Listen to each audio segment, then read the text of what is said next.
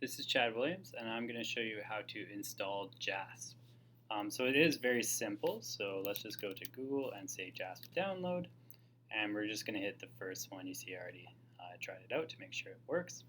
And then all you need to do is select what your operating system is. So I'm on a Mac here, so I'm going to click the Mac one, but of course if you're on a different one, click the corresponding one. And then we will wait a moment, and you see down here I'm in Chrome, so down here it's just downloading.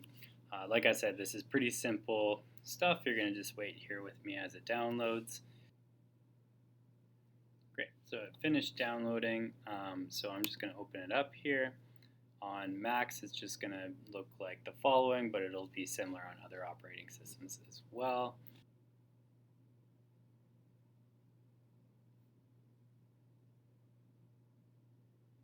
Sometimes Macs has these extra security. We're just going to hit open because we do trust this program. If the open button isn't available for you, just find it in your Finder, like in the downloads folder, and then right click and hit open, and it should be available then.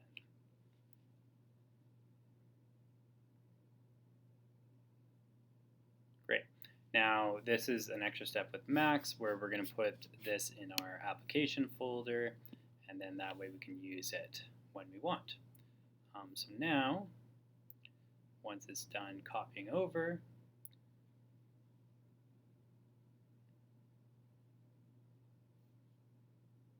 so now if we open our application folder, we'll see all of our apps, but then we will also see JASP right there at the top. So let's open it up and see what it looks like.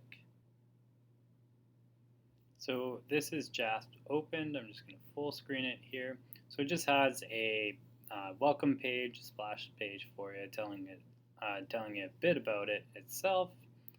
So we can notice some things, and the things that we're going to do involve these up here. So you see they're all grayed out right now. That's just because we haven't loaded data.